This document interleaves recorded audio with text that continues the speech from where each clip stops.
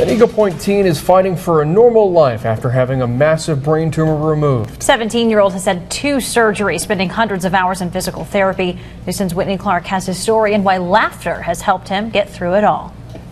Brian Borges already had his picture in the paper. While we don't typically do stories like this, his uncle wrote News 10 telling us it would be epic if he was on TV. Now he jokes his friends want his autograph. Are you ready to handle all the fame that's going to come with this? I have no idea.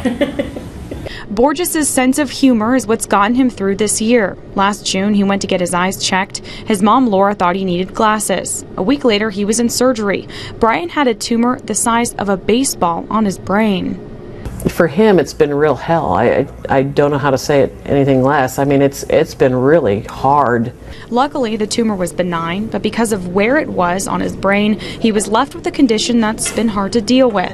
It's called posterior fossa syndrome, seen in stroke victims. Borges has had to relearn to walk and talk and do just about everything.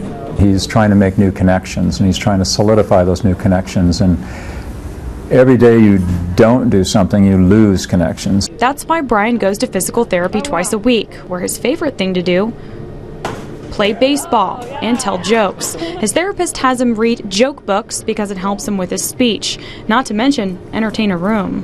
What do you call a cow wearing a crown? What?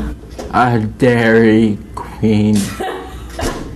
All joking aside, not every day is easy. Brian admits it's frustrating because he's forgotten who he is. One day, he hopes to be able to run again. He just kept wanting to get back to normal as quick as possible, and he just had this fight, and you had to appreciate it. Brian's family had no idea they would be here one day, even though the tumor had been growing for years. His mom says he had no signs, only one she wishes she'd known about. Kids with multiple birthmarks are prone to these tumors, and Brian had almost no symptoms whatsoever. He never had any seizures, which they would expect. Still, though, he's making progress every day.